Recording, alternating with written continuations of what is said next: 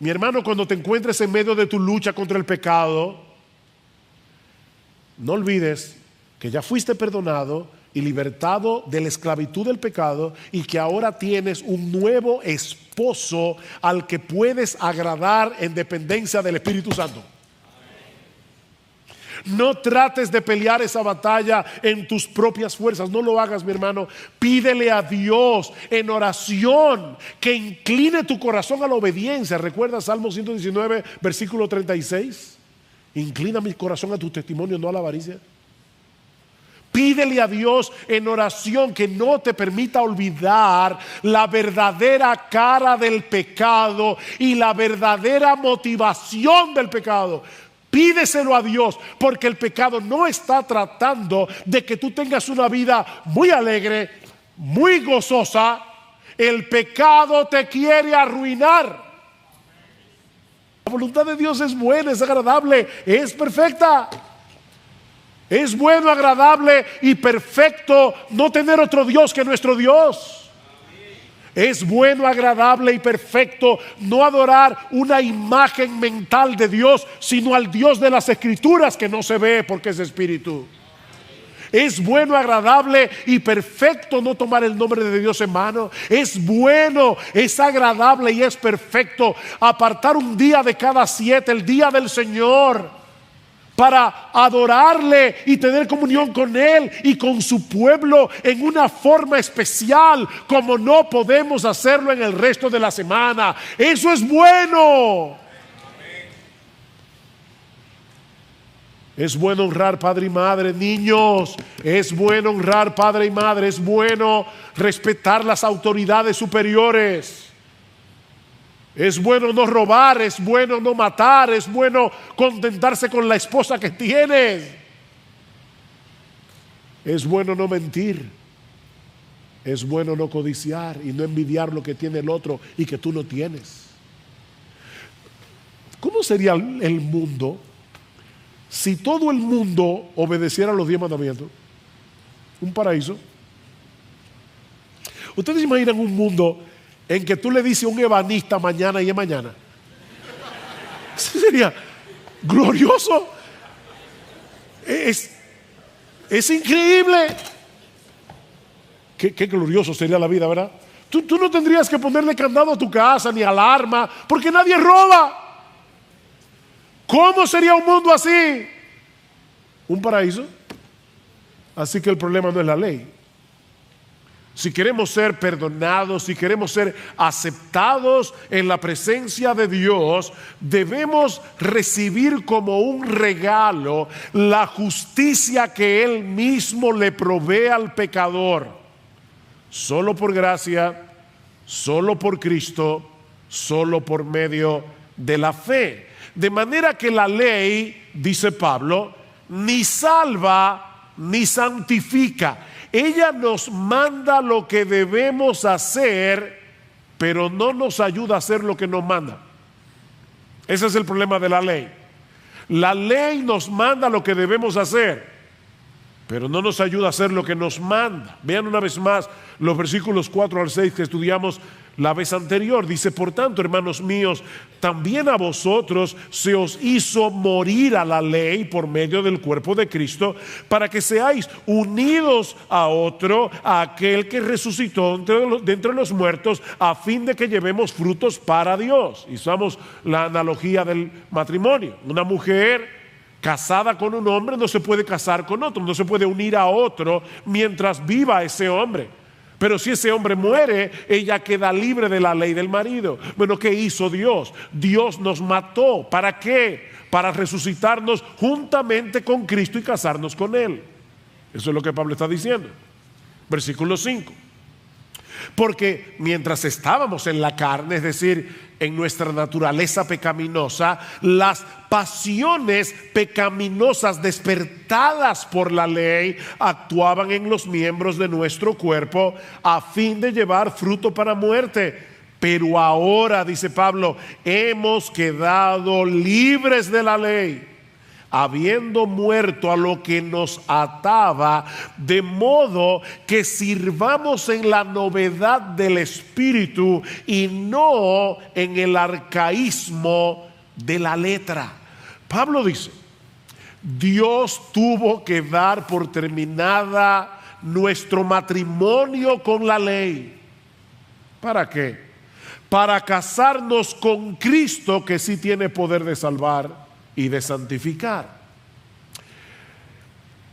El problema es que hasta este punto, cuando uno escucha todo lo que Pablo dice acerca de la ley, cualquiera pudiera llegar a pensar que Pablo está menospreciando la ley, o que Pablo está desechando la ley como algo completamente inútil. De hecho, muy probablemente durante el ministerio de Pablo, y sobre todo predicando en un contexto de mayoría judía, Pablo tuvo que enfrentarse con ese argumento una y otra vez.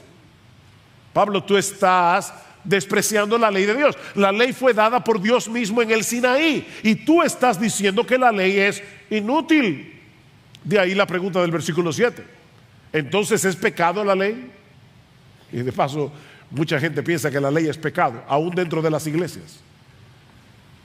Cada vez que tú le dices, violaste la ley, eres un legalista. O sea que guardar la ley, obedecer la ley, es ser legalista. Y ser legalista es pecado. Así que la ley es pecado.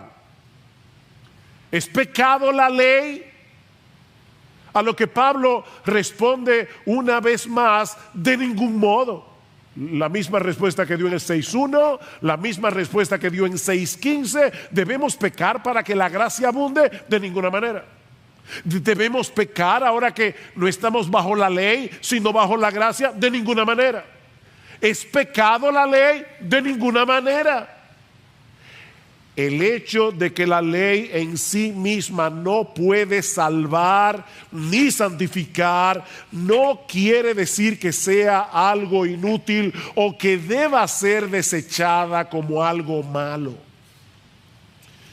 Mis hermanos, el creyente debe amar la ley.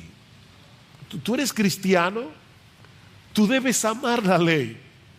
Tú debes deleitarte en la ley. Salmo 1, bienaventurado el varón que no anduvo en consejo de malos, ni estuvo en camino de pecadores, ni en silla de escarnecedores se ha sentado, sino que en la ley de Jehová está su delicia. ¿Ya se acabó esa bienaventuranza porque estamos en el nuevo pacto? Voy a decir como Pablo: de ningún modo. De ningún modo. Bienaventurado el varón que se deleita y medita en la ley de Dios. Pero debemos entender, mis amados hermanos, cuál es el propósito por el cual Dios nos dio la ley. Y eso es precisamente lo que Pablo va a explicarnos ahora en los versículos 7 al 13. Y hay al menos 4 enseñanzas en este pasaje acerca del propósito de la ley, pero al mismo tiempo de la ley en relación con el pecado y la muerte. De manera que Pablo no solamente nos va a explicar para qué sirve la ley, sino que al mismo tiempo nos va a ayudar a entender cómo funciona el pecado que todavía mora en nosotros. ¿Para qué sirve la ley? Bueno, en primer lugar, dice Pablo, para revelar nuestro pecado. ¿Para qué sirve la ley? Para revelar nuestro pecado. Versículo 8. Pero el pecado, versículo 7, perdón. ¿Qué diremos entonces? ¿Es pecado la ley? De ningún modo. Al contrario, yo no hubiera llegado a conocer el pecado si no hubiera sido por medio de la ley. Porque yo no hubiera sabido lo que es la codicia si la ley no hubiera dicho: no codiciarás. Como todo buen fariseo, Pablo creía que él estaba bien con Dios por el esfuerzo que él hacía en conformarse externamente a la letra de la ley. Pablo conocía los 10 mandamientos. Pablo pensaba que los tenía en alta estima. Pero ahora vamos a entender que Pablo no estaba entendiendo el verdadero alcance de los mandamientos. Hasta que un día sus ojos fueron abiertos para entender experimentalmente, no racionalmente, sino experimentalmente, las implicaciones del 10º mandamiento: no codiciarás. Y fue entonces cuando Pablo se dio cuenta que los 10 mandamientos no se limitan a nuestras acciones externas, sino que tienen que ver con todo lo que sucede en nuestro interior. Mira, mi amigo, tú puedes pecar no haciendo nada, solamente con el pensamiento. La ley no solo tiene que ver con lo que yo hago con las manos, tiene que ver con lo que yo pienso, tiene que ver con lo que yo razono, tiene que ver con mis motivaciones. En ese sentido, Pablo era como el joven rico, ¿se acuerdan? Cuando llega delante del Señor y le dice: Maestro, ¿qué debo hacer? ¿Qué debo hacer para heredar la vida eterna? Oh, ¿tú quieres hacer algo para heredar la vida eterna? Bueno, déjame decirte cómo hacerlo. Noten que Cristo no le dijo: oh, confía en mí. Eso es lo que hubiera dicho un evangelista en el día de hoy. Recíbeme en tu corazón. No. Cristo le dijo: tú tienes los mandamientos, tú conoces los mandamientos: no adulteres, no mates, no hurtes, no digas falso testimonio, no defraudes, honra a tu padre y a tu madre. Oh, maestro, todo eso yo lo he guardado desde mi juventud. Oh, entonces solo te falta una cosa: vende todo lo que tienes, dáselo a los pobres y ven y sígueme cargando tu cruz. En una forma muy sabia, el Señor le hizo ver a este joven que creía haber guardado todos los mandamientos que él estaba violando el 10º: no codiciarás. Por eso no podía dar sus bienes y repartirlos, porque él los codiciaba. Y al codiciar sus bienes, no solo estaba violando el 10º mandamiento, sino también el primero: no tendrás dioses ajenos delante de mí. Así que la ley es como un sándwich: no tendrás dioses ajenos delante de mí, no codiciarás. Si Dios es tu Dios, tu único Dios, vas a obedecer el resto de los mandamientos. La razón por la que codiciamos es porque Dios no es suficiente. Tú codicias cosas, yo codicio cosas, porque Dios no es suficiente. Como bien ha dicho alguien, codiciar es estar descontento con lo que Dios te ha dado, como si tú merecieras más. Incluye la envidia, la autocompasión, la queja. Ahora, debo aclarar que no es pecaminoso desear cosas. Pero dice este mismo autor: si te amargas y te abates por no tenerlas, es porque tu deseo se ha convertido en una codicia idolátrica. Ese es el problema. Que tú desees algo no está mal, pero si el hecho de no tener ese algo te llena de amargura, te llena de descontento, te llena de queja, ese algo ha suplantado a Dios en tu corazón. Estás sustituyendo a Dios por las cosas. Y eso fue lo que sucedió con el apóstol Pablo, y fue lo que le hizo ver su condición de pecador perdido. Ahora, ¿cómo fue que sucedió eso en la vida de Pablo? Porque este es un pasaje autobiográfico. Pablo nos está mostrando cómo fue que él llegó al conocimiento de Cristo, y lo hace porque el caso de Pablo es típico. O sea, Pablo está aquí hablando de Pablo, pero está hablando de ti y de mí. Es un ejemplo que nos ayuda a todos. ¿Cómo fue que Pablo se dio cuenta de algo que no había visto en toda su vida de fariseo?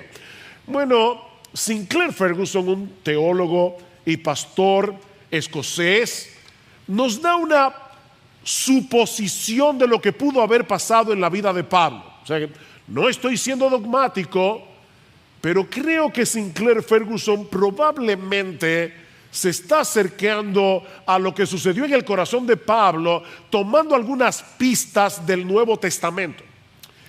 Mis hermanos, ¿de dónde era Pablo? ¿Saulo de qué? De Tarso. ¿Y dónde quedaba Tarso? En la región de Cilicia. ¿Y a qué facción religiosa pertenecía Pablo? a los fariseos. Así que Pablo era de Tarso, de la región de Cilicia, y era fariseo, que era la religión más estricta de Israel. Ahora, Pablo no era cualquier fariseo.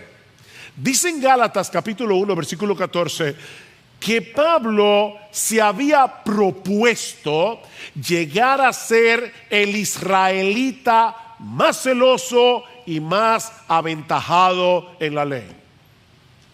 Pablo se había propuesto eso. Y por su propio testimonio en Filipenses capítulo 3, parece que casi lo logra. Dice, mira, ¿saben qué? En cuanto a la ley, yo era irreprensible externamente. Yo era irreprensible. Pablo se había propuesto, Pablo codiciaba ser el mejor. Hermanos, escuchen esto. Tú puedes codiciar ser el mejor en algo bueno y estás pecando. Tú puedes codiciar ser la mejor madre, ser el mejor esposo, ser la mujer más modesta de la iglesia, ser el que más sabe de Biblia. Si tú quieres lograr esa meta para tu gloria, eso es una codicia idolátrica. Porque fue lo que pasó con Pablo. Yo quiero ser el más piadoso. Pablo codiciaba eso en su corazón. Pero entonces sucedió el incidente de Hechos 6. Cuando Pablo se enfrenta con Esteban y lo escucha predicar.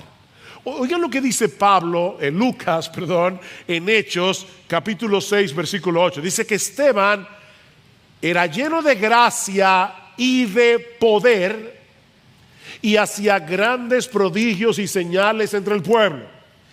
Entonces se levantaron unos de la sinagoga llamado de los libertos y de los de Cirene y de los de Alejandría y de Cilicia y de Asia, disputando con Esteban. ¿De dónde era Pablo? De Tarso, de la región de Cilicia. De manera que Pablo estaba en ese grupo, y de hecho Lucas después lo confirma explícitamente en Hechos capítulo 7, versículo 58. Ahora, mientras ellos más argumentaban con Esteban, Lucas nos dice que no podían resistir a la sabiduría y al espíritu con el que hablaba. Por decirlo de alguna manera, Pablo se había topado con la horma de su zapato. ¿Y qué pasó? Que la reputación que tanto había codiciado y que se había esforzado tanto por alcanzar, ahora parecía derrumbarse delante de sus ojos. Y 2 capítulos más tarde Pablo se convierte. Dios estaba preparando a Pablo para su encuentro con Jesús en su camino a Damasco, apenas unos días después. Pero primero tenía que hacerle ver la profundidad de su pecado. Pablo tenía que entender lo codicioso que él era, lo que él codiciaba, ser un hombre admirado por su piedad. El 10º mandamiento le hizo ver a Pablo la maldad de su corazón. De manera que la ley es como uno de esos espejos. ¿Han visto esos espejos que agrandan la cara? Yo no sé para qué. Y no solamente agrandan la cara, tiene luz a todo alrededor, para que tú veas todas tus manchas, todos tus hoyos, todos tus cabellos mal puestos. Eso es la ley. Eso es lo que hace la ley. Por eso es que Pablo dice en Romanos capítulo 3, versículo 20, que por medio de la ley es el conocimiento del pecado. ¿Recuerdan? Romanos 3:20, lo estudiamos hace ya meses atrás. Por medio de la ley es el conocimiento del pecado. Mis hermanos, es por eso que nosotros nunca debemos predicar el evangelio de Jesucristo divorciado por la ley. Hablaba con un hermano esta semana que debe estar aquí, así que perdóname que no te pedí permiso, pero hablaba con este hermano y le decía, mira, nunca le digas a un pecador simplemente y meramente que reciba a Cristo. Si tú le preguntas a un pecador, ¿tú quieres recibir a Cristo hoy? ¿Por qué no? ¿Quién no quiere recibir a Cristo? ¿Quién no quiere ir al cielo? Ahora, si tú le dices a un pecador, mírate en el espejo de la ley para que te des cuenta que tú eres peor de lo que tú crees que tú eres, entonces hay una reacción. No, nadie puede venir a Cristo a menos que no entienda que está condenado y que va camino al infierno. Los sanos no tienen necesidad de médico. Mis hermanos, nunca prediquen el evangelio sin exponer primero las demandas de la ley. Muéstrale al pecador el espejo de la ley. ¿Para qué? Para que vea su necesidad de un salvador. Si no te ves a ti mismo como alguien que merece el castigo de Dios por sus pecados, ¿qué sentido tiene invitarte a que vengas a Cristo? Pero la ley no solamente revela el pecado. Pablo dice también que la ley nos provoca a pecar. Y ahora sí que está rara la cosa, ¿verdad? No quisiera enredarlos, pero usando un lenguaje químico, la ley es el catalítico del pecado. Si ustedes buscan la palabra catalítico, verán que es un elemento químico que provoca una reacción. Bueno, la ley es el catalítico del pecado. Vean el versículo 8. Pero el pecado, Pablo está personificando el pecado, pero el pecado, aprovechándose del mandamiento, produjo en mí toda clase de codicia, porque aparte de la ley, el pecado está muerto. No es que aparte de la ley no existe el pecado. Y Pablo ya demostró eso en Romanos 1, en Romanos 5. Antes de que Dios diera la ley en el Sinaí, había pecado en el mundo, dice Pablo.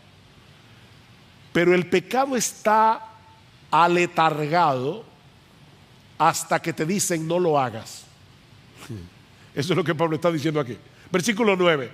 Y en un tiempo yo vivía sin la ley, pero al venir el mandamiento, el pecado revivió y yo morí. Recuerden la pregunta, ¿es pecado la ley? Pablo dice, de ningún modo.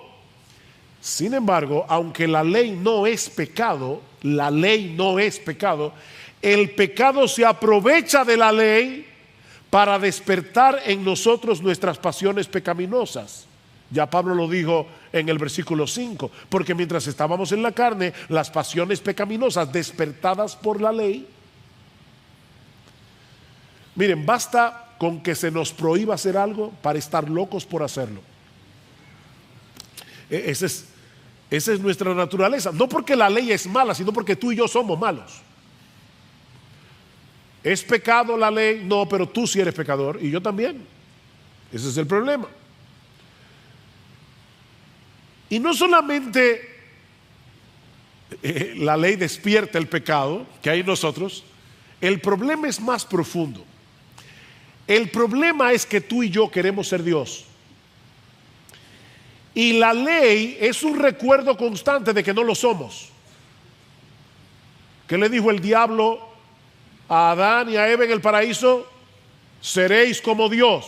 Ese susurro sigue siglo tras siglo, seréis como Dios.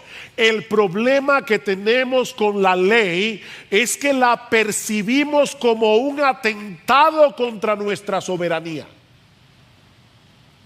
¿Se entendió eso? La ley es un atentado contra nuestra soberanía. Queremos hacer lo que nos venga en ganas, de manera que al toparnos con la prohibición sentimos el impulso de querer reafirmar nuestro derecho de autodeterminación haciendo exactamente lo que la ley prohíbe. Padres, ¿ustedes no han visto eso miles de veces en sus hijos? Papi, yo quiero hacer esto. No, tú nunca me dejas hacer nada. Óyeme, ¿de verdad tu papá niños que están aquí, tu papá nunca te deja hacer nada.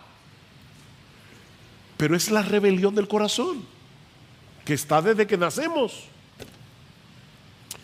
Cuando estudiaba este pasaje durante la semana, recordé algo que había leído hace muchos años atrás, muchos años, en las Confesiones de San Agustín. Y de paso, ese es uno de los libros que yo recomendaría que alguna vez en tu vida léelo. Léelo, te va a hacer mucho bien. Dice Agustín en el libro 2, capítulo 4 creo, que cuando él era adolescente, él y un grupo de amigos decidieron meterse en un patio ajeno para robar peras. Y él dice, nos llevamos una cantidad enorme de peras, no para comerlas, aunque algunas comimos, sino para echárselas a los puercos. Y ahora dice, realizamos esa acción por el mero hecho de que estaba prohibida. Eso era todo. No fue por necesidad, no es que ellos tenían hambre. De hecho, me encanta en cierto modo porque es triste, pero dice Agustín más adelante que en el patio de su casa él tenía peras en abundancia y mejores, pero las arranqué del árbol por el hecho de robar. Y si alguna de ellas entró en mi boca, solo el pecado la hizo sabrosa. Wow. Este hombre está analizándose delante de Dios, son sus confesiones. Pero ahora escuchen lo que dice un poquito más adelante.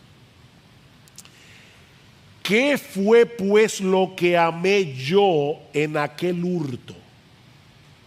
Y él responde, poder hacer algo sin ser castigado, parodiando o imitando así la omnipotencia de Dios. Ahora sí se fue profundo este hombre. Él está diciendo, yo quería hacer algo y que nadie pudiera tocarme, porque yo estaba imitando la omnipotencia divina. Yo quería ser soberano como Dios. ¿Ven el problema que tú y yo tenemos? Queremos ser como Dios. Y su ley es un recordatorio constante de que no lo somos. El pecado es una fuerza que habita en nosotros y que nos lleva a aborrecer, nos lleva a odiar con todas las fuerzas de nuestro ser todo lo que se opone a ese deseo dominante del corazón de ser el único soberano de nuestra vida. ¿Recuerdan ese poema que se hizo famoso en la película Invictus y que Nelson Mandela recitaba continuamente en la celda mientras estuvo preso? Ese poema termina diciendo, soy el amo de mi destino, soy el capitán de mi alma. ¡Wow! Soy el amo de mi destino y soy el capitán de mi alma. De manera que el pecado no es otra cosa que autoidolatría. Cada vez que tú pecas es porque estás escogiendo adorarte a ti en vez de adorar a Dios. Eso es todo. El pecado es autoidolatría. Y el pecado se aprovecha de esa tendencia del corazón humano a idolatrarse a sí mismo para despertar nuestras pasiones pecaminosas usando los mandamientos de Dios. No codicies, ahora codicio más. No envidies, ahora envidio más. Ahora, lo que Pablo está tratando de hacerle ver sobre todo a la audiencia judía que estaba en Roma, es que ellos estaban equivocados con respecto a la ley, porque los judíos pensaban que Dios había dado la ley para restringir el pecado y para hacernos más santos. De hecho, muchos pastores evangélicos creen lo mismo. Ellos creen que dando ley, ellos van a ayudar a los hermanos a ser más santos. Más adelante vamos a ver que no debemos desechar la ley, pero predicar solo ley desde el púlpito no va a ayudar a nadie. De hecho, padres, cuidado padres, porque muchas veces eso es lo que nosotros hacemos también con nuestros hijos. Ley, sin gracia. Y la ley sin gracia, la ley sin el evangelio, la ley sin Cristo no va a ayudar a nuestros hijos. No es que no les enseñes la ley, es que no dejes de enseñarles la gracia. No dejes de predicarles el evangelio de la justificación por la fe sola. Bueno, Pablo le dice a esos judíos: ustedes están equivocados. La ley no restringe el pecado, lo provoca. La ley no restringe el pecado. Más bien el pecado se vale de la ley para movernos a hacer eso mismo que la ley prohíbe. La ley es la base de operaciones que usa el pecado para llevarnos a pecar. Y eso nos lleva a la tercera enseñanza de nuestro pasaje. Precisamente porque la ley revela el pecado y nos provoca a pecar, la ley en sí misma no produce vida, produce muerte. La ley en sí misma no produce vida, la ley produce muerte. Vean otra vez el versículo 9. Y en un tiempo yo vivía sin la ley, pero al venir el mandamiento, el pecado revivió y yo morí. Y este mandamiento que era para vida, a mí me resultó para muerte. Ahora, hermanos, ¿en qué momento de su vida Pablo vivía sin ley? Y ya decíamos, él era judío. A todo niño judío se le enseñaban los 10 mandamientos casi mientras bebía la leche de su mamá. Y Pablo era fariseo, educado en la escritura. ¿Qué es lo que Pablo nos está diciendo aquí? Que hubo una época en su vida en la que él pensaba que estaba espiritualmente vivo. Él está hablando de su experiencia. Yo creía que estaba vivo. Yo creía que estaba vivo, que estaba bien con Dios por mi obediencia a la ley. Pablo creía que estaba espiritualmente vivo porque se apegaba externamente a la letra de la ley. Pero entonces Dios abrió su entendimiento y por primera vez en su vida Pablo se dio cuenta de su verdadera condición delante de Dios. El 10º mandamiento despertó la conciencia de Pablo y le mostró que en realidad estaba muerto. Y por eso dice en el versículo 9: y este mandamiento que era para vida, a mí me resultó para muerte. Voy a decir algo bien extraño ahora. Miren, si un ser humano, desde que nace hasta que se muere, pudiera obedecer perfectamente la ley, tendría vida eterna. Tú quieres salvarte guardando los mandamientos, no hay problema. Solo que tienes que obedecerlos perfectamente desde que naces hasta que te mueres, solamente. Y en todo sentido, externamente, internamente. Escuchen lo que dice Levítico 18. Mis ordenanzas pondréis por obras y mis estatutos guardaréis andando en ellos. Yo, Jehová, vuestro Dios. Por tanto, guardaréis mis estatutos y mis ordenanzas, los cuales haciendo el hombre vivirá en ellos. Hazlos. Obedece y vivirás. Eso fue lo que le dijo Dios a Adán en el paraíso. Obedece y vivirás. El problema es que el hombre no puede cumplir la ley como la ley debe ser obedecida. Perfectamente y completamente. Recuerden que la ley es como un globo. Si tú pinchas el globo, no importa por dónde lo pinches, dañaste el globo. Pablo dice en Gálatas capítulo 3 versículo 10: todos los que dependen de las obras de la ley para salvarse están bajo maldición. todos los que están tratando de salvarse guardando los mandamientos son unos malditos, dice Pablo, malditos de Dios. ¿Por qué? Porque dice la Biblia: maldito todo aquel que no permaneciere en todas las cosas escritas en el libro de la ley para hacerlas. ¿Ven el punto? La ley es santa, pero nosotros no lo somos. Padecemos de una impotencia culpable. Es decir, no podemos obedecer la ley. Ay, el pobre, él no puede y le están pidiendo que lo haga. No, es una impotencia culpable. No podemos obedecer la ley porque amamos el pecado. No podemos obedecer la ley porque amamos hacer exactamente lo contrario. Dice Pablo en Romanos capítulo 8, versículo 7, la mente no regenerada es enemistad contra Dios, porque no se somete a la ley de Dios ni tampoco puede. No puede porque no quiere, no quiere porque no puede. Ponlo como tú quieras. Déjame ilustrarlo de esta manera. Martin Lloyd-Jones, le tomé prestada esta ilustración.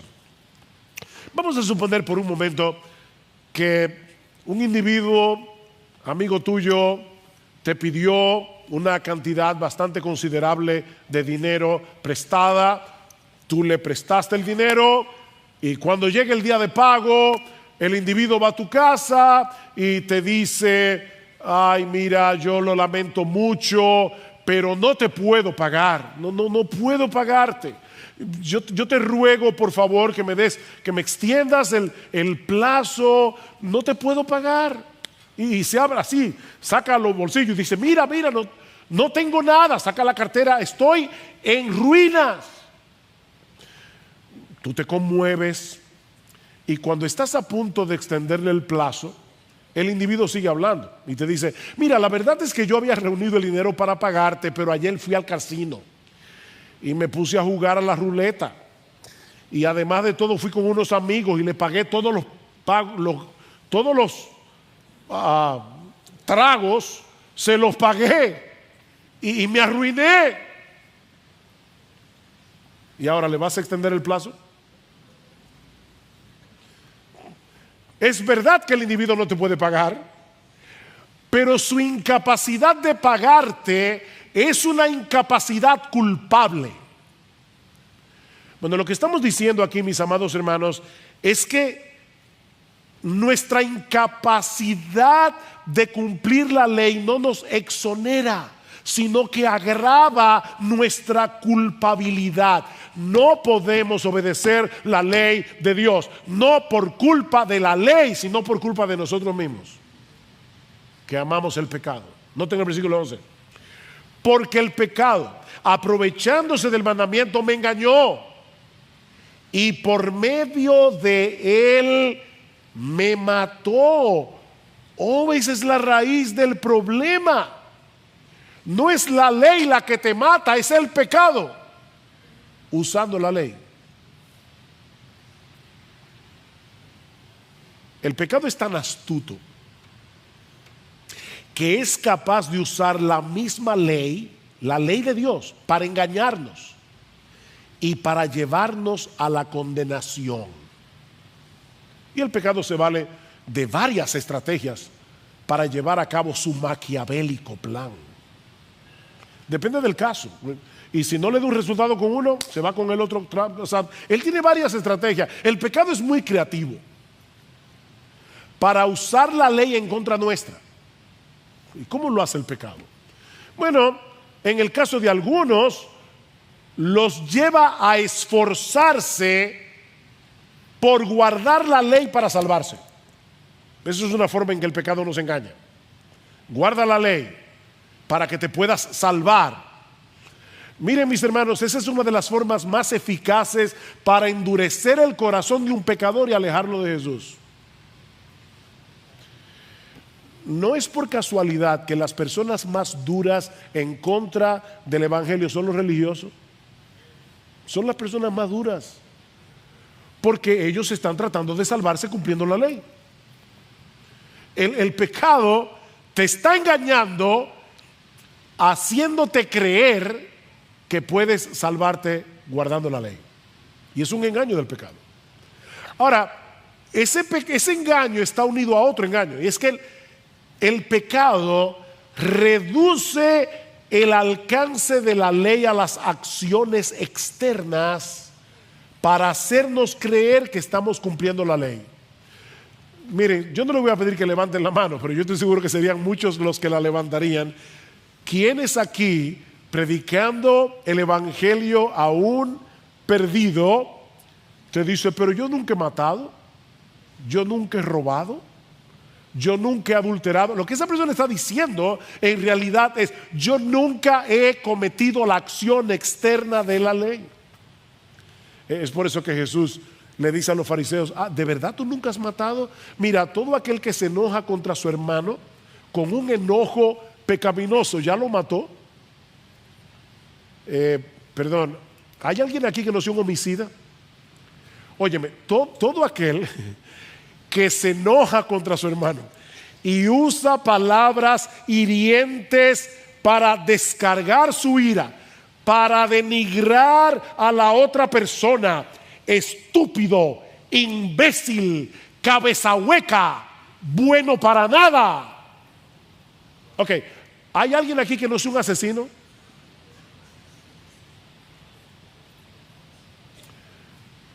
Todo aquel que mira a una mujer que no sea la tuya para codiciarla, ya adulteró con ella en su corazón. Uy, qué duro. Ningún adúltero aquí. El pecado es muy astuto. Otra cosa que hace el pecado es hablarnos mal de la ley. O sea, si no le da resultado llevarte a ser el niño bueno o la niña buena para ganarte el cielo, entonces el pecado te habla mal de la ley y te dice que la ley es demasiado restrictiva, que la ley es demasiado dura, demasiado rígida. En casa a veces hacemos juego de palabras, mezclando una palabra con otra. Por ejemplo, universidad viene de uno y diverso, es universidad. Bueno, yo recuerdo que un día una de nuestras hijas llegó bien frustrada a la casa por una de sus profesoras y decía, es que es demasiado estrígida. O sea, no era estricta, no era rígida, era estrígida. O sea, ok, lo que la ley te dice es que el pecado, perdón, es que la ley es estrígida, o sea, no te permite hacer nada. Y dice Martin Lloyd-Jones, de esa manera, porque la mayoría de la gente piensa así de la ley, de esa manera el pecado agita la rebelión, aumenta más y más la maldad y la humanidad se vuelve cada vez más insufrible. Por eso el mundo está como está, porque el pecado los está engañando. De manera, mis hermanos, que el villano de esta historia no es la ley. El villano es el pecado. El villano es el pecado, que se vale de la ley para alejarnos de Dios y llevarnos a una condenación eterna. De ahí la conclusión a la que llega Pablo en los versículos 12 y 13. Así que la ley es santa y el mandamiento es santo, justo y bueno. Entonces, ¿lo que es bueno vino a ser causa de muerte para mí? De ningún modo.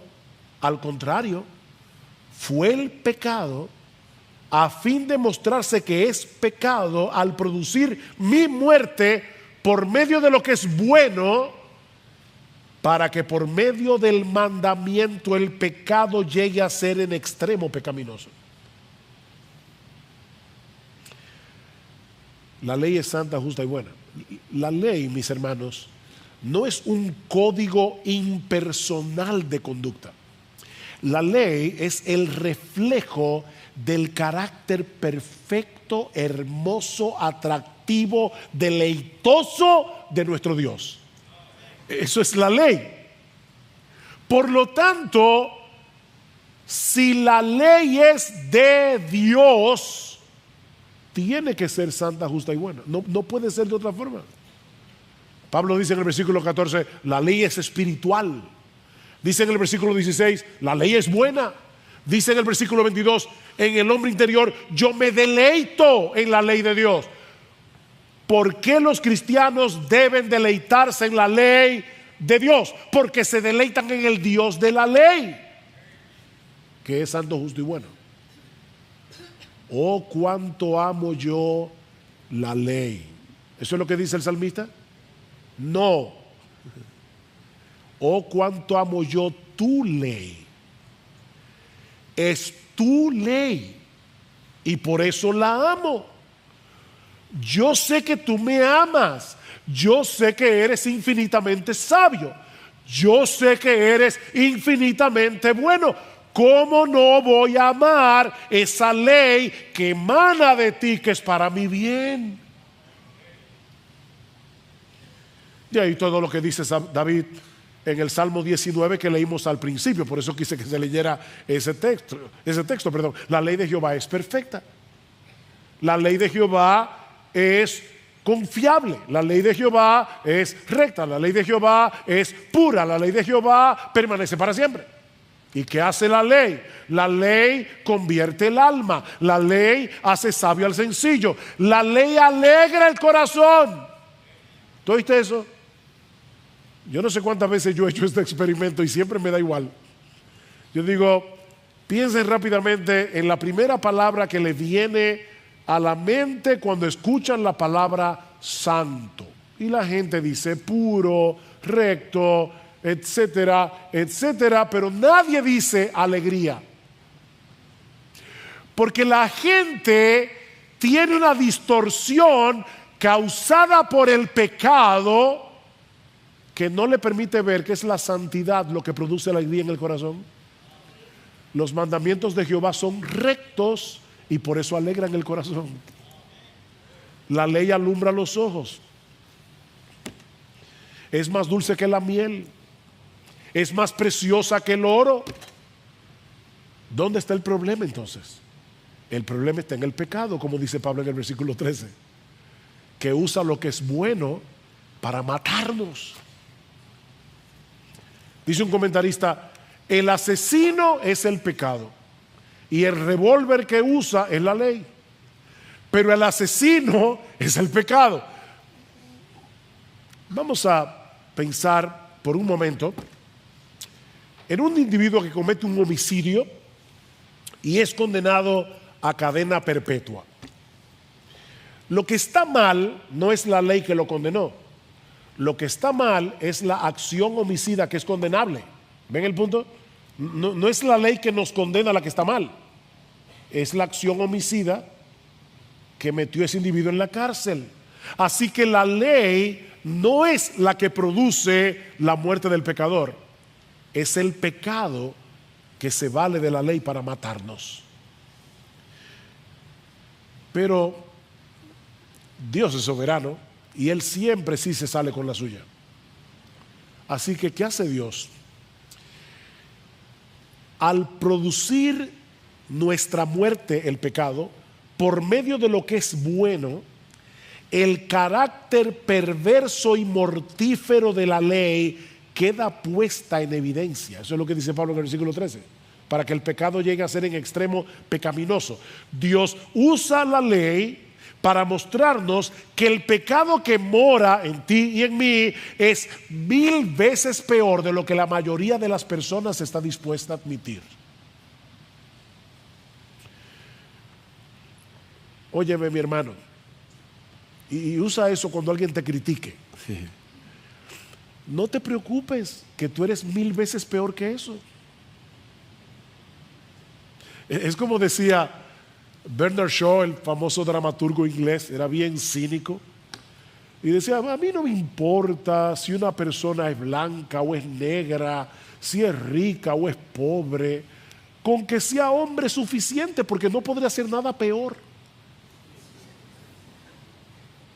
Ya si tú eres ser humano, de verdad, tranquilo, que tú eres peor de lo que la gente piensa de ti. Tú eres 1000 veces peor. Ahora, ¿para qué la ley hace eso? Para llevarnos a ver nuestra necesidad de un Salvador. Que no podemos salvarnos por nosotros mismos, sino por medio de Cristo, que obedeció perfectamente la ley y en la cruz pagó por nuestras transgresiones. ¿Qué dice Pablo en Gálatas? Capítulo 3, si la ley pudiera vivificar, si la ley pudiera darnos vida por nuestra obediencia, la justicia fuera verdaderamente por la ley, obedecen los mandamientos y todo estará bien.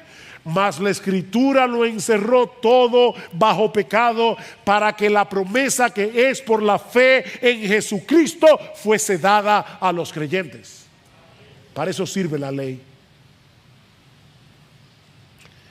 El pecado se aprovecha de la ley para arruinarnos. Es el pecado el que te mata, no la ley. Pero Dios usa esa conciencia de lo mal que estamos para llevarnos a poner toda nuestra confianza en Jesús. ¿Y saben lo que ocurre cuando ponemos toda nuestra confianza en Jesús? Que somos librados de la condenación de la ley. Hemos muerto a la ley. ¿En qué sentido? En que ya la ley no nos puede condenar. Porque Dios ha puesto en nuestra cuenta la justicia perfecta de su Hijo. Y al mismo tiempo somos transformados y capacitados por el poder de su Espíritu para poder obedecer la ley. O sea, cuando dejamos de confiar en la ley para confiar en Jesús, no solo somos perdonados y aceptados por Dios, sino que Él también pone en nosotros tanto el deseo como la capacidad de obedecerle, no perfectamente, pero sí sinceramente, por medio de su Espíritu que mora en nosotros. Eso es lo que Pablo va a decir más adelante en el capítulo 8. Versículo 2, porque la ley del Espíritu de vida en Cristo Jesús te ha libertado de la ley del pecado y de la muerte, pues lo que la ley no pudo hacer, salvarte. ¿Por qué no lo pudo hacer? Porque era débil por causa de nuestra carne. Dios lo hizo, enviando a su propio Hijo en semejanza de carne de pecado, y como ofrenda por el pecado, condenó al pecado en la carne. ¿Para qué?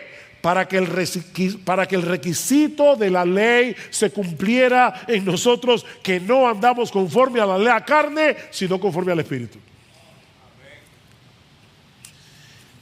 No podemos cumplir la ley en nuestras propias fuerzas, pero ahora tenemos los recursos de la gracia que necesitamos para andar en obediencia a la ley. Así que, mis hermanos, nuestra lucha no es contra la ley. Nuestra lucha es contra el pecado que mora en nosotros y que va a continuar allí batallando y batallando y batallando para alejarnos de Dios, que es la fuente de todo bien. El verdadero creyente es aquel que lucha contra el pecado, no contra la ley. Amados, yo os ruego como extranjeros y peregrinos, 1 de Pedro 2:11, que os abstengáis de que de la ley, no de los deseos pecaminosos que batallan contra el alma, no de la ley. Recuerda que la ley no solo es santa y justa, es buena, dice Pablo. La ley procura nuestro bienestar, no llevarnos a vivir una vida miserable y aburrida. Pablo va a decir más adelante en Romanos capítulo 2, versículo 2, que la voluntad de Dios, resumida en la ley, es buena, es agradable a los ojos de Dios y perfecta. Mis hermanos y aquellos que son miembros de Iglesia Bíblica del Señor Jesucristo, mira, tú puedes tener 25 años, 30 años en la membresía de esta iglesia. Si tú no estás siendo santificado, tú nunca fuiste justificado y vas camino al infierno con todo y tu membresía. Eso es básicamente lo que Pablo nos enseña en este pasaje. Porque la fe que salva nos une a Cristo. La unión con Cristo es el centro de este texto. De hecho, me vi tentado a titular este sermón de esa manera: nuestra unión con Cristo. Porque es de eso que habla este pasaje. La fe que salva nos une a Cristo. Y debido a esa unión con Cristo, somos progresivamente transformados por el poder del Espíritu para que cada vez más nos parezcamos más a Él y menos a nosotros. Eso es básicamente lo que Pablo nos enseña en este pasaje. Y precisamente quiero comenzar. Mi primer encabezado es hablando acerca de nuestra unión con Cristo, porque si no entendemos esa parte, no vamos a entender todo lo demás. Dios nos ha unido a Cristo desde el instante en que creímos en Él. Vean una vez más los versículos 1 al 3. ¿Qué diremos entonces? ¿Continuaremos en pecado para que la gracia abunde? De ningún modo. Nosotros que hemos muerto al pecado, ¿cómo viviremos aún en él? ¿O no sabéis que todos los que hemos sido bautizados en Cristo Jesús, hemos sido bautizados en su muerte? Esta tarde, como ya se avisó, vamos a tener un bautismo en nuestra iglesia, así que vamos a tener la oportunidad de ver un ejemplo en vivo de lo que Pablo nos está enseñando en este texto. Todo verdadero cristiano debe bautizarse. Ahora, ¿qué es lo que el bautismo simboliza? Mis hermanos, lamentablemente, muchos ven el bautismo en función de nosotros. ¿Qué significa el bautismo? Bueno, que yo he creído en Cristo y por lo tanto ahora yo estoy dando testimonio público de mi fe. Y es verdad que en el momento en que una persona se bautiza, está dando testimonio público de su fe en el Señor Jesucristo. Pero lo que el bautismo simboliza no es lo que nosotros hacemos al creer, sino lo que Dios hizo al unirnos a Cristo por el poder de su Espíritu Santo. Es por eso, mis hermanos, que todos los verbos que están en los versículos 3 al 7, todos están en voz pasiva. Y como yo sé que algunos hace mucho que pasaron por el colegio, déjenme recordarles que en la voz pasiva el sujeto recibe la acción del verbo. Él es pasivo, él recibe la acción. Vean una vez más, versículo 3. ¿O no sabéis que todos los que hemos sido bautizados en Cristo, hemos sido bautizados en su muerte? Por tanto, hemos sido sepultados con Él por medio del bautismo para muerte, a fin de que como Cristo resucitó de los muertos por la gloria del Padre, así también nosotros andemos en vida nueva.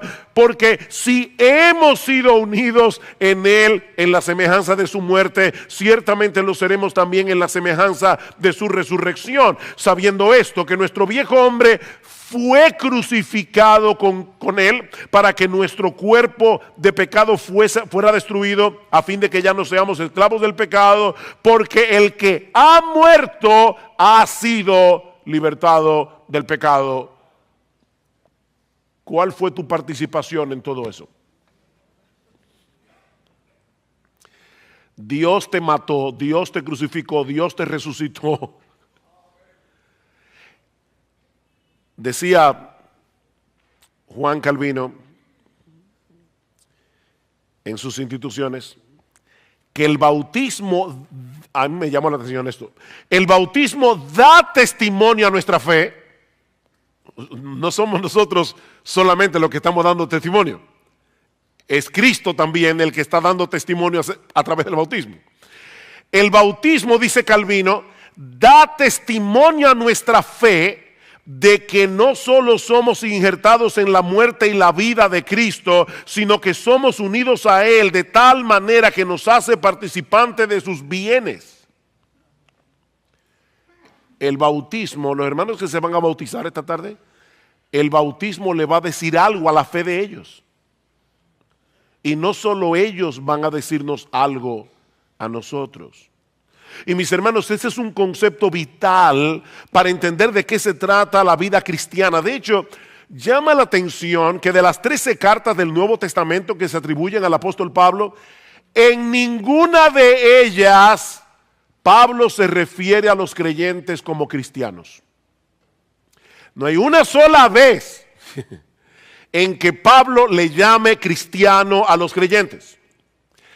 Pablo se refiere a los creyentes una y otra vez como aquellos que están en Cristo. En Cristo. Expresiones como en Cristo, en Él, en el Señor, en Cristo Jesús aparecen 164 veces en las cartas de Pablo. Mis hermanos, todas las bendiciones que nosotros recibimos de parte de Dios vienen a ser nuestras únicamente porque nosotros estamos unidos a Cristo por la fe. Es de su plenitud que tomamos todos gracia sobre gracia. Él es la vid, nosotros somos los pámpanos, Él es la cabeza, nosotros somos el cuerpo. De manera que la salvación no consiste en algo que Dios nos da por causa de Cristo. No, la salvación es que Dios nos da a Cristo. No es algo que se nos da por lo que Cristo hizo, es que Dios nos da a Cristo mismo para que habite en nosotros por su Espíritu. Pablo dice en 1 Corintios capítulo 1 versículos 30 al 31, mas por Él, refiriéndose a Dios el Padre, estáis vosotros en Cristo Jesús, el cual nos ha sido hecho por Dios sabiduría, justificación, santificación y redención, para que como está escrito, el que se gloría, gloríese en el Señor. Por Él estáis en Cristo. Por supuesto, esta unión es un misterio. No podemos entender cómo es eso de que nuestra vida está unida a Cristo. De hecho, Pablo en Efesios capítulo 5 versículo 32 le llama en griego un mega misterio. Un mega misterio. Pero es una realidad que todo cristiano debe entender y que todo cristiano debe abrazar con deleite. Una analogía que nos puede ayudar para entender este tema de la unión con Cristo es la del matrimonio, que es la que Pablo usa en Efesios capítulo 5. En Efesios 5, luego de citar Génesis capítulo 2, de que el hombre dejará a su padre y a su madre y se unirá a su mujer y los dos serán una sola carne, Pablo dice, grande es este misterio, mas yo digo esto respecto de Cristo y de la iglesia, no del hombre y de la mujer, sino de Cristo y de la iglesia, porque la unión en el matrimonio del hombre y de la mujer es una parábola viviente de la unión de Cristo con su iglesia. Este viernes en la noche se casaron dos hermanos, Eric y Yanni, aquí en nuestra iglesia. Hasta el pasado jueves, hace 3 días, ellos eran dos solteros que estaban comprometidos para casarse. A partir del viernes en la noche, y debido al pacto matrimonial, ellos dejaron de ser dos para convertirse en una sola carne. Increíble. El jueves eran dos. A partir del viernes en la noche, eran uno. Por supuesto, Eric sigue siendo Eric, Jamie sigue siendo Jamie, pero tan pronto firmaron el acta matrimonial, sus vidas quedaron unidas de tal manera la una con la otra, tanto en un sentido legal como práctico, que ahora se pertenecen entre sí. Están realmente unidos el uno al otro como la cabeza y el cuerpo. Y ya nadie los puede decapitar.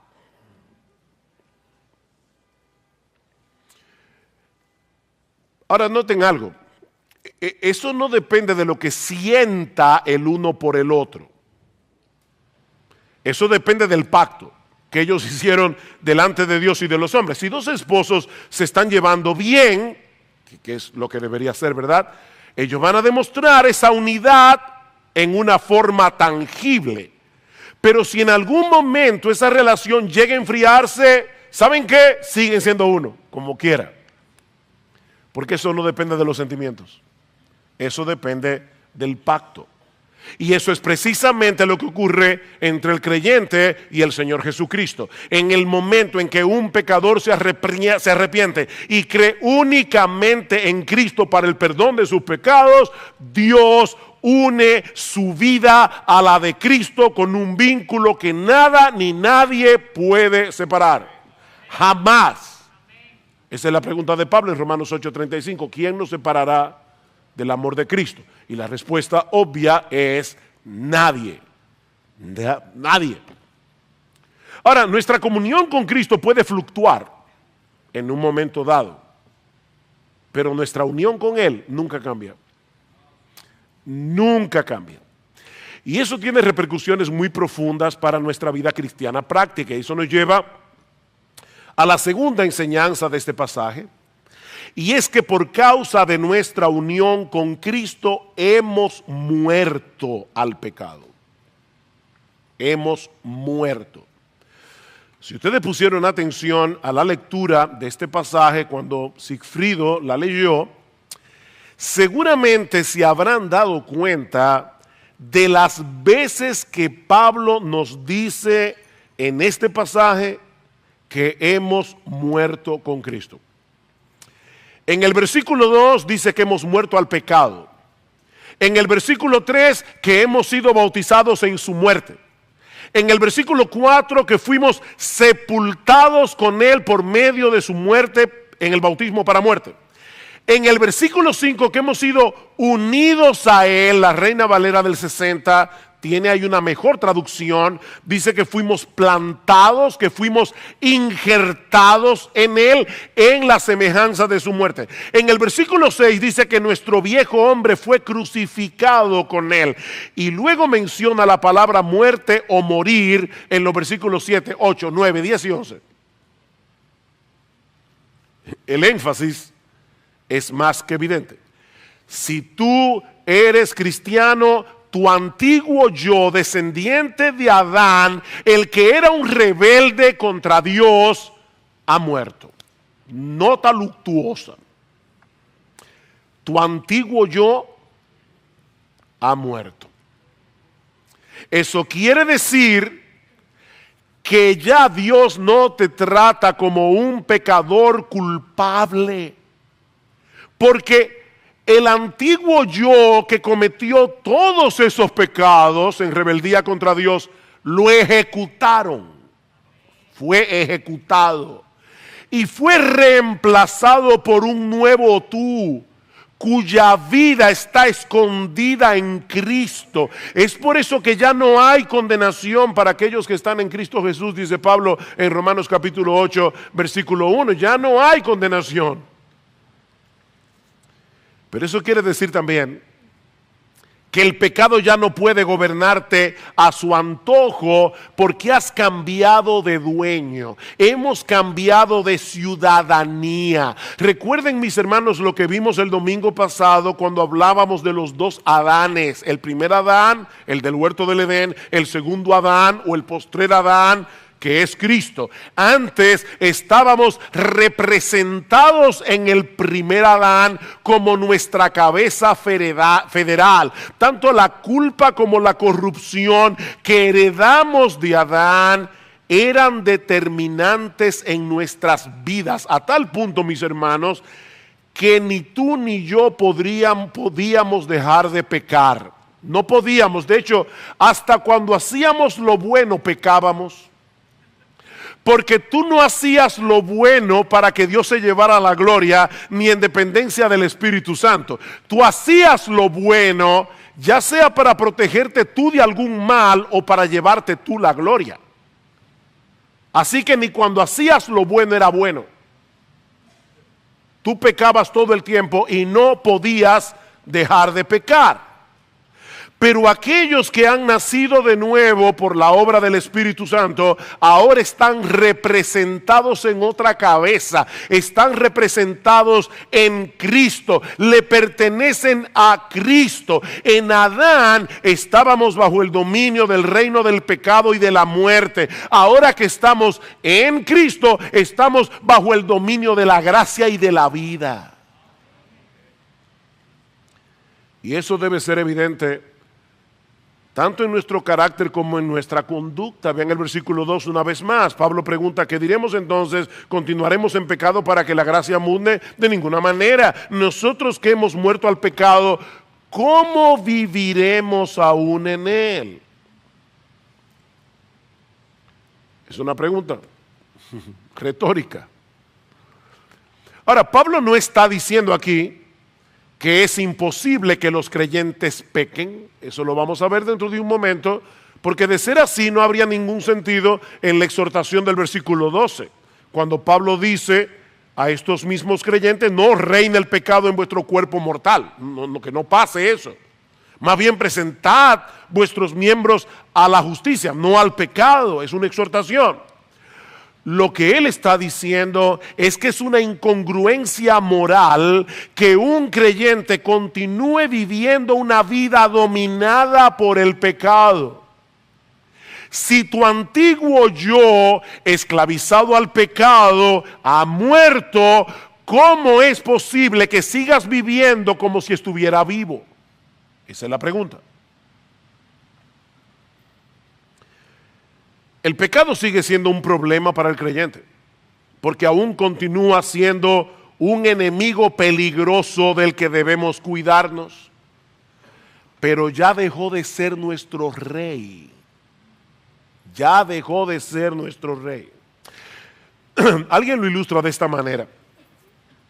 Supongamos que un ejército malvado tomara el control absoluto de un país, pero un ejército bueno viniera en su ayuda, expulsara a las fuerzas malvadas, enemigas de la nación, y regresara el gobierno del pueblo a su poder legítimo.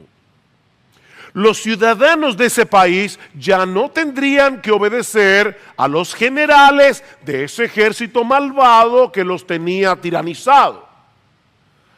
Pero ¿qué pasaría si esos soldados enemigos se fueran a vivir a las montañas en la frontera de ese país fuertemente armados? Bueno, esa guerrilla podría tratar de crear caos para el nuevo gobierno legítimo. De hecho, frecuentemente podría imponer su voluntad en una parte del país, aunque nunca podría tomar el poder de nuevo. La pregunta de Pablo es, en una circunstancia como esta, ¿por qué querrían los ciudadanos de esa nación volver a esclavizarse otra vez al poder del enemigo? Ven, los que hemos muerto al pecado, ¿cómo viviremos aún en él? Es imposible que un verdadero creyente quiera regresar a su antigua vida de completa rebeldía contra Dios, porque su antiguo yo ha muerto y ha sido libertado de esa esclavitud. El creyente desea de corazón hacer la voluntad de Dios, y cuando peca, siente vergüenza por haber pecado y es traído de nuevo al arrepentimiento. Vean una vez más los versículos 6 y 7. Dice Pablo, sabiendo esto, que nuestro viejo hombre fue crucificado con él para que nuestro cuerpo de pecado fuera destruido, a fin de que ya no seamos esclavos del pecado, porque el que ha muerto ha sido libertado del pecado. Yo sé que la Reina Valera dice justificado del pecado. Las dos ideas pueden fundirse aquí, porque todo el que ha sido justificado del pecado ha sido libertado del pecado. Esa palabra que se traduce en el versículo 6 como destruido no significa aniquilado. Es una palabra griega que significa hecho inoperante. Lo que Pablo parece estar diciendo en estos dos versículos es que nuestra vieja naturaleza, descendiente de Adán, esclavizada al pecado, fue crucificada con Cristo para que el pecado no continúe encontrando libre expresión en nuestro cuerpo. Por eso le llama el cuerpo pecaminoso carnal. El pecado obra a través de nuestro cuerpo. Pero como nuestro viejo ego, dominado por el pecado, ha muerto, nuestro cuerpo ya dejó de ser un terreno fértil para que la hierba mala del pecado siga creciendo libremente en ese huerto. ¿Ven el punto? Consecuentemente, dice Pablo, ya no podemos seguir sirviendo al pecado como si fuera nuestro rey. Versículo 7, porque el que ha muerto ha sido libertado del pecado. El pecado nos tienta, el pecado nos seduce, el pecado todavía ejerce una fuerte presión sobre nosotros, pero mis hermanos, el pecado no puede obligarnos a pecar. No puede obligarnos a pecar. Y cuando logra vencernos, porque hasta que lleguemos a la gloria, nosotros tendremos incongruencias en nuestras vidas, pero cuando Él logra vencernos, en vez de alegrarnos por haber hecho lo que queríamos hacer, y que era contrario a la voluntad de Dios, el creyente se avergüenza, el verdadero creyente se avergüenza de haber pecado contra su Señor y tarde o temprano se vuelve a Él en arrepentimiento y fe. Es por eso, mis hermanos, que la vida cristiana es una vida de arrepentimiento y de fe. Eso no es en un momento de tu vida cuando te convertiste, es una vida de arrepentimiento y de fe. La buena noticia, digo, ya esa es muy buena, pero hay otra mejor. Es que el creyente no solo ha muerto al pecado, sino que por causa de nuestra unión con Cristo, ahora está vivo para Dios. Hemos muerto al pecado, y esta es nuestra tercera enseñanza, pero por causa de nuestra unión con Cristo, ahora estamos vivos para Dios. Estar unidos a Cristo significa que todo lo que le sucedió a Él nos sucedió a nosotros misteriosamente. Y Cristo no solo murió en una cruz por causa de nuestros pecados, sino que también resucitó al tercer día. Y nosotros los creyentes que morimos juntamente con Él, también resucitamos juntamente con Él para vivir en novedad de vida. Vean el versículo 4, otra vez. Por tanto, hemos sido sepultados con Él por medio del bautismo para muerte, a fin de que como Cristo resucitó de los muertos por la gloria del Padre, Dios el Padre envió su poder todopoderoso que lo hace a Él glorioso para resucitar a Jesús, y ese mismo poder omnipotente que levantó a Cristo de la tumba también obró en nuestro corazón cuando estábamos muertos en nuestros delitos y pecados, de tal manera que por esa misma gloria del Padre así también nosotros andemos en novedad de vida. Wow, qué glorioso evangelio. Los cristianos hemos resucitado juntamente con Cristo, de manera que a pesar de que el pecado todavía mora en nosotros, increíblemente en nuestro corazón queremos vivir para la gloria de Dios. Es una lucha, Pero en medio de esa lucha, queremos vivir para la gloria de Dios. Pablo dice en 2 Corintios capítulo 5 versículo 17, somos una nueva creación. La Reina Valera dice, si alguno está en Cristo, nueva criatura. El texto griego dice, somos una nueva creación en Cristo. Y por lo tanto, mis hermanos, tenemos nuevos afectos, tenemos nuevas inclinaciones, tenemos nuevos deseos. ¿No es así?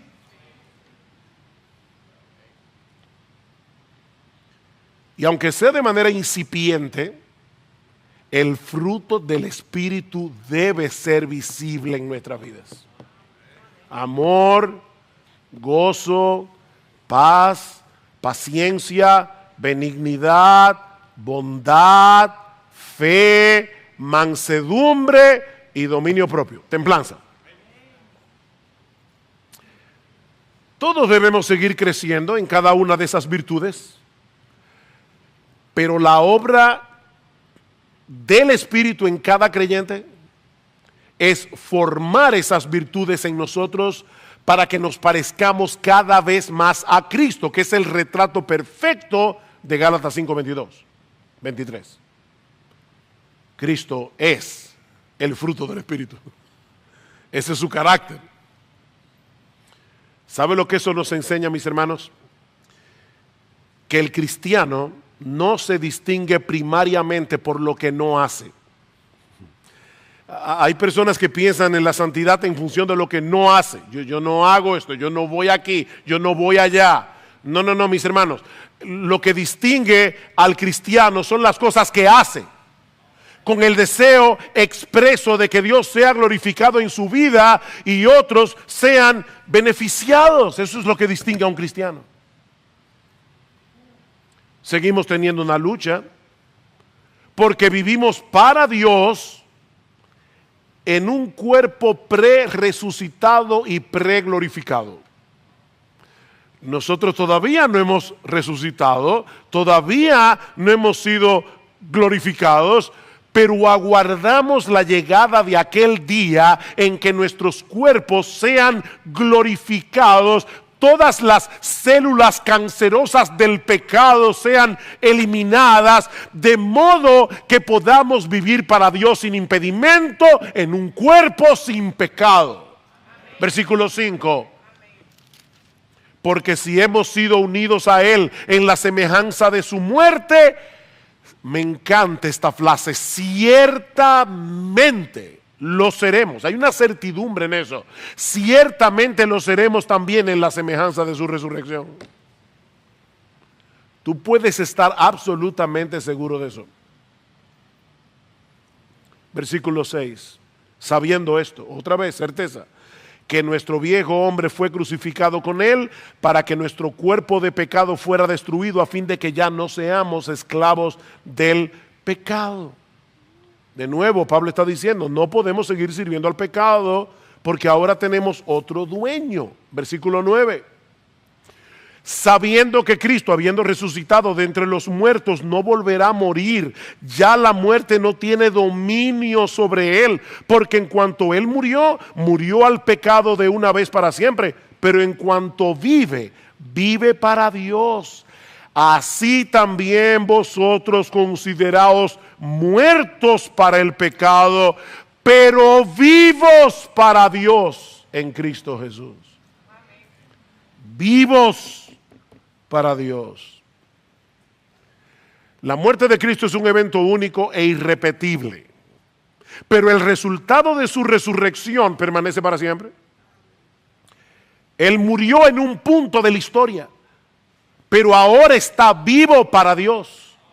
Y así seguirá siendo por los siglos de los siglos. Bueno, lo que Pablo está diciendo aquí es que de la misma manera los cristianos en un momento murieron al pecado, al momento de la conversión, pero ahora viven para Dios por el resto de sus días, aguardando la esperanza de que la muerte no podrá retenerlos. Resucitaremos en gloria y serviremos a nuestro Dios por los siglos de los siglos. Ven, hermanos, hay una conexión aquí entre nuestra vida presente y nuestra vida futura. Déjeme ponerlo de esta manera. Es como si la vida venidera ya hubiera invadido este mundo en el momento en que Cristo inauguró su reino en su resurrección. Y nosotros los cristianos ya tenemos un pie en la otra vida. Este mundo está preñado de la vida venidera. Y Pablo dice en Hebreos que nosotros los cristianos ya estamos gustando los bienes de esa vida. Porque ahora tenemos vida eterna. No es que la vamos a tener. Ahora tenemos vida eterna. ¿Y saben lo que es la vida eterna? Esta es la vida eterna, que te conozcan a ti, el único Dios vivo y verdadero, y a Jesucristo, a quien has enviado. Es una relación de comunión con Dios. Nosotros fuimos resucitados para vivir para Dios. Mis hermanos, esa es nuestra nueva identidad. Estamos vivos para Dios, no para seguir viviendo para nosotros mismos. El viejo yo que vivía para sí mismo fue crucificado. De manera que la vida que ahora vives, debes vivirla para Él. El amor de Cristo nos constriñe pensando esto, que si uno murió por todos, luego todos murieron, y por todos murió para que los que viven ya no vivan para sí. Ya, olvídate de eso ya no vivan para sí, sino para aquel que murió y resucitó por ellos. Con Cristo estoy juntamente crucificado y ya no vivo yo, mas vive Cristo en mí, y lo que ahora vivo en la carne, lo vivo en la fe del Hijo de Dios, el cual me amó y se entregó a sí mismo por mí. Ya no vivo yo. Me preocupa cuando veo a muchos cristianos que profesan ser cristianos enarbolar continuamente la bandera de la libertad cristiana, como si Cristo nos hubiera hecho libres para seguir satisfaciendo nuestros deseos. Y cuando tú le dices, hermano, no, guárdate de esto, es mi libertad cristiana.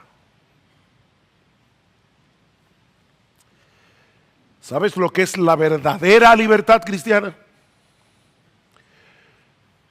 Cristo nos hizo libres al precio de su sangre para que podamos decirle que no a nuestros deseos pecaminosos, e incluso para que podamos restringirnos de cosas que, aunque son legítimas, pueden hacerles daño a nuestras almas o pueden dañar las almas de otros. Eso es libertad cristiana. Verdadera libertad.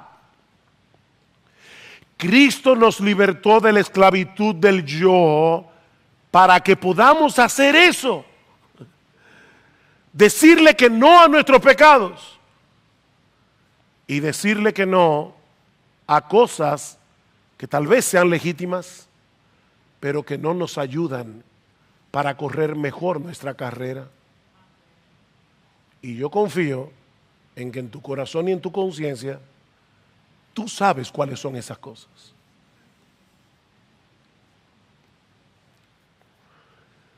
Mira, si tú no puedes hacer eso, si tú no puedes decirle que no a tus deseos, no puedes hacerlo. La razón es que aún sigues siendo esclavo de tu viejo yo, lo que quiere decir que tú no eres cristiano. Tú no eres cristiano. Para los cristianos es una lucha decir que no. Yo lo sé por experiencia, es una lucha. Pero ¿saben por qué se reconoce al cristiano? Porque están luchando. Porque están luchando. Y cuando se caen, vuelven y se levantan en arrepentimiento y regresan al campo de batalla para seguir peleando. Es eso lo que identifica a un verdadero cristiano. ¿Y sabes cuál es la clave para pelear bien esta batalla? Eso me lleva a mi cuarta y última enseñanza de este pasaje. Entender nuestra identidad en Cristo y vivir conforme a ella. Los cristianos debemos abrazar, vivir y disfrutar los resultados de nuestra unión con Cristo. Vean una vez más el versículo 11. Así también vosotros consideraos muertos al pecado, pero vivos para Dios en Cristo Jesús. Considérense así, mírense así. Cuando ustedes piensen en ustedes como personas que han muerto al pecado y que resucitaron para Dios. A lo largo de este pasaje, Pablo ha estado insistiendo en que hay cosas que los cristianos debemos saber. ¿Se dieron cuenta? Versículo 3. ¿O no sabéis que todos los que hemos sido bautizados en Cristo hemos sido bautizados en su muerte? Versículo 6. Sabiendo esto, que nuestro viejo hombre fue crucificado. Versículo 9. Sabiendo que Cristo, habiendo resucitado de los muertos, no volverá a morir. Debemos saber eso. Pero ahora Pablo nos dice en el versículo 11, no solo que debemos saber eso, no solo que debemos entender lo que ha sucedido con nosotros por causa de nuestra unión con Cristo, sino que debemos abrazar con gozo los resultados de esa unión. Hemos muerto al pecado, estamos vivos para Dios. A veces he estado en iglesias o conferencias donde se habla del tema de la santidad y al final del servicio, buenos hermanos, no estoy juzgando al que lo hace, pero buenos hermanos hacen un llamado a los cristianos a volver a consagrar sus vidas a Cristo. Y muchos hermanos vienen al frente. Personalmente, yo no creo que esa práctica produzca ni verdadera consagración ni verdadera santidad en la vida de los cristianos. Y de hecho creo que muchas veces sin quererlo se produce cierta manipulación. Vuelvo y repito, sin quererlo. Y muchos pasan al frente en ese momento emotivo. Mis hermanos, eso no produce santidad. Lo que produce santidad es que tú te recuerdes día tras día, tras día, tras día, hasta que te mueras. ¿Quién eres tú en tu unión con Cristo? Consideraos muertos al pecado. Entiende de una vez por todas que esa es tu identidad. ¿Y sabes por qué Pablo dice eso? Porque él sabe que nosotros tendemos a olvidar quiénes somos en nuestra unión con Cristo, sobre todo en esos momentos en que estamos siendo fuertemente tentados a pecar.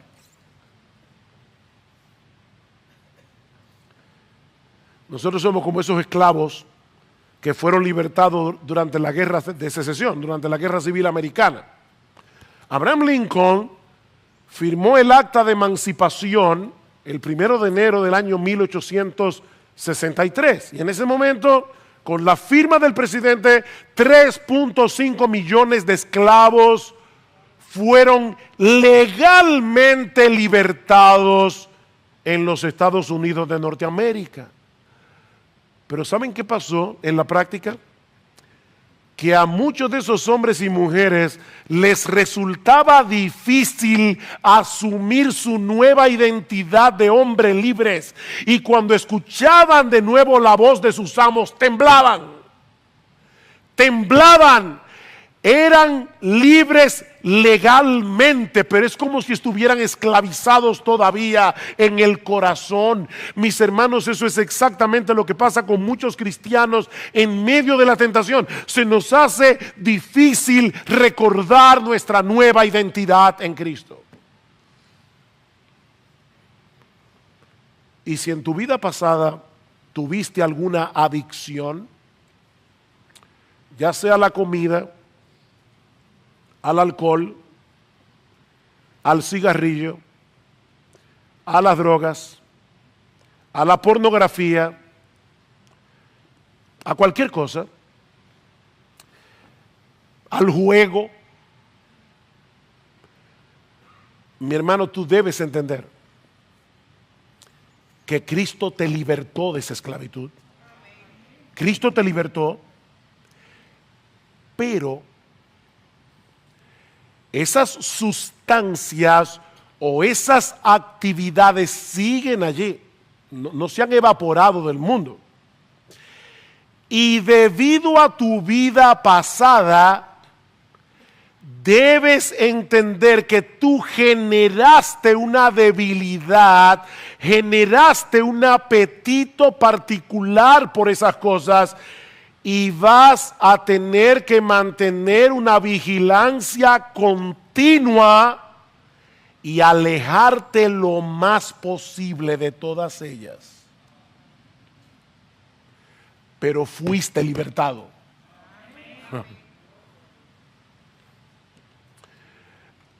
Nosotros le llamamos hoy a esas cosas adicción o adicciones. La Biblia le llama idolatría. La adicción es una idolatría a ciertas cosas. ¿Y sabes lo que dice la Biblia en 1 de Juan capítulo 5 versículo 21?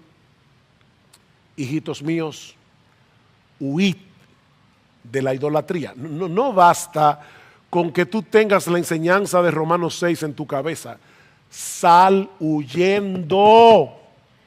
Sal huyendo. Esas cosas siguen siendo problemáticas para ti. Aléjate lo más posible.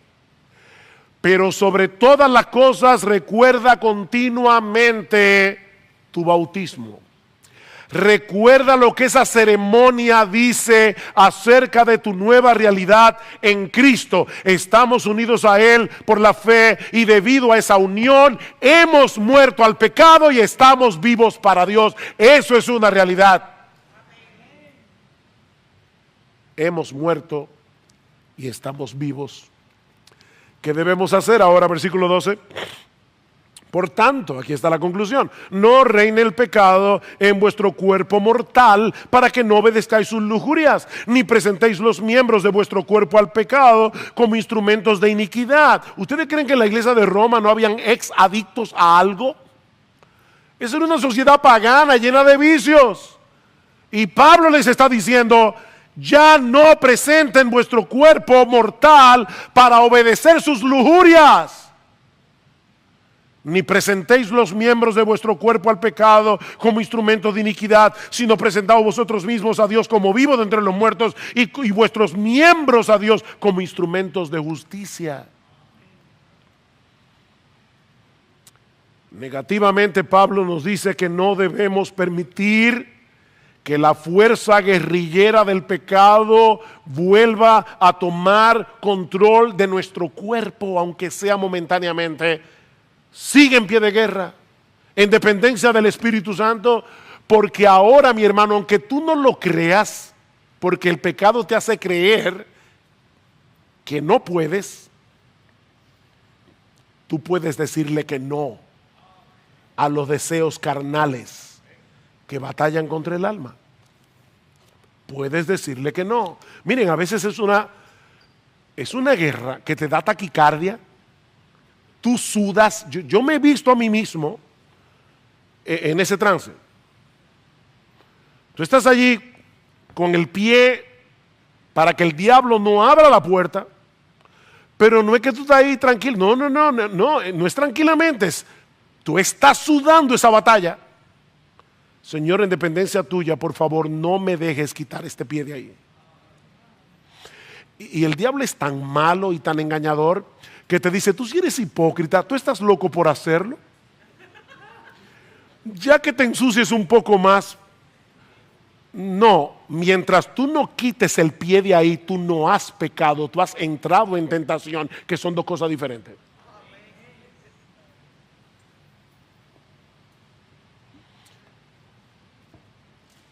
Si has caído, arrepiéntete.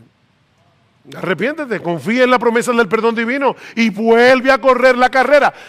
Mi hermano, no te dejes paralizar por tus fracasos pasados, porque esos fracasos no redefinen lo que ahora eres en Cristo. Y recuerda que algún día esa lucha terminará. Algún día esa lucha terminará. Yo sé que tú estás peleando, yo sé que no es fácil, pero estás en el ejército del vencedor. Pero mientras tanto, sigue peleando. Sigue peleando. Ahora, no basta con este aspecto negativo de la santidad. Positivamente, dice Pablo, debemos poner nuestras vidas al servicio de Dios, reconociendo que estamos vivos por causa de Él, para vivir para Él y para servirle a Él. Recuerden, mis hermanos, eso es lo que caracteriza a un cristiano. No es lo que no hace, es lo que hace. Es lo que hace. Me encantó esta mañana leyendo en mi devocional Segunda de Crónicas, capítulo 17, hablando de Josafat, en la Biblia de las Américas, dice que él se entusiasmó en los caminos del Señor. Me encantó esa frase. Se entusiasmó en los caminos del Señor.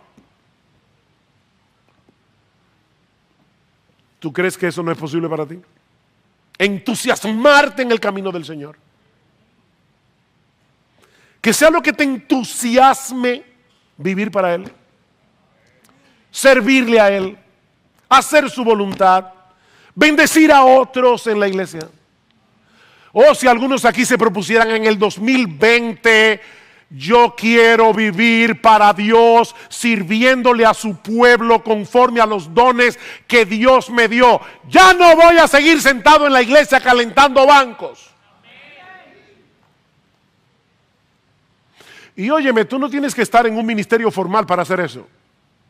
Busca cristianos aquí que necesitan urgentemente, nuevos creyentes, que necesitan urgentemente ser discipulados. Nadie lo verá, pero Dios lo verá y estarás edificando a su iglesia. Yo me sorprendo cada vez que escucho a una persona decir, es que yo no encuentro lugar donde servir en la iglesia, que tú no encuentras lugar donde... Pero mira a tu alrededor, mi hermano. La cantidad de gente que hay aquí que necesita servicio. ¿O tú crees que hay que ser maestro de escuela dominical o cantar bien o tocar el piano? No.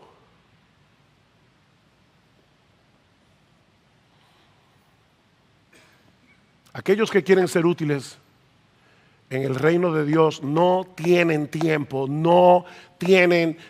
para estarse preguntando qué tan al borde del precipicio del pecado pueden vivir y seguir siendo cristianos. No, ellos quieren estar en buena forma para correr bien esta carrera hasta el final. No porque están tratando de ganarse su salvación, sino porque han entendido lo que significa vivir en el reino de la gracia. Eso es gracia.